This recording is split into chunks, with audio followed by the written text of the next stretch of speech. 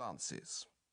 I don't know if you know that sort of feeling you get on these days round about the end of April and the beginning of May, when the skies are light blue with cotton wool clouds and there's a bit of a breeze blowing from the west.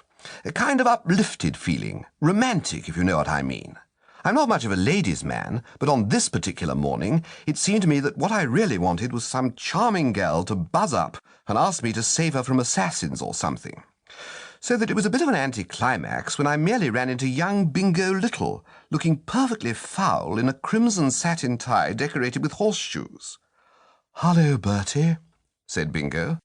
"My God, man," I gargled. "The cravat, the gent's neckwear. Why? For what reason?"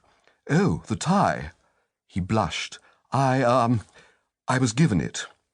He seemed embarrassed, so I dropped the subject. We toddled along a bit and sat down on a couple of chairs by the Serpentine.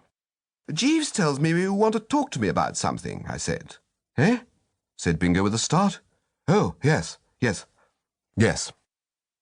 I waited for him to unleash the topic of the day, but he didn't seem to want to get going. Conversation languished. He stared straight ahead of him in a glassy sort of manner. "I say, Bertie," he said, after a pause of about an hour and a quarter. "Hello. Do you like the name Mabel?" "No." "No?" "No." "You don't think there's a kind of music in the word, like the wind rustling gently through the treetops?" "No." He seemed disappointed for a moment, then cheered up.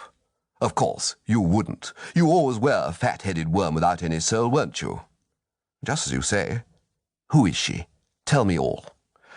For I realized now that poor old Bingo was going through it once again. Ever since I have known him, and we were at school together, he has been perpetually falling in love with someone, generally in the spring, which seems to act on him like magic.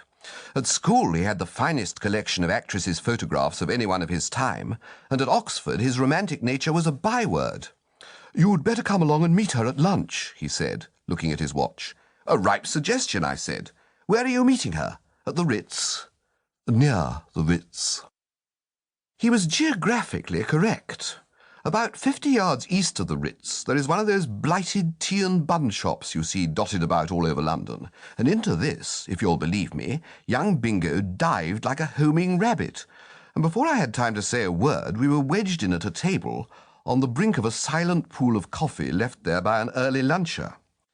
I'm bound to say I couldn't quite follow the development of the scenario.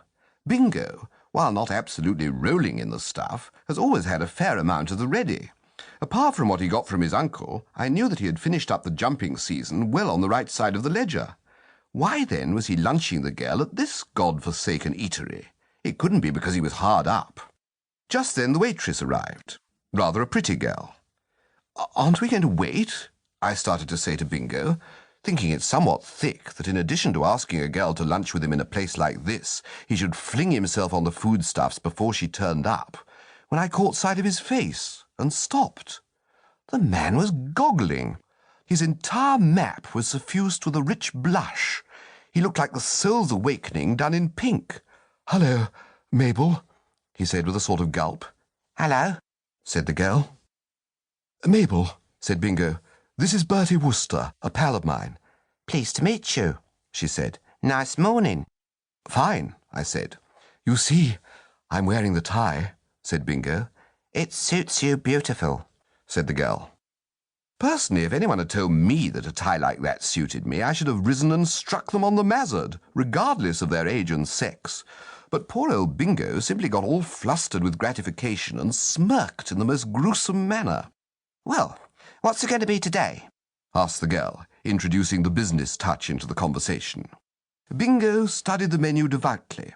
"I'll have a cup of cocoa, cold veal and ham pie, slice of fruit cake, and a macaroon. Same for you, Bertie." I gazed at the man, revolted. That he could have been a pal of mine all these years and think me capable of insulting the old tum with this sort of stuff cut me to the quick.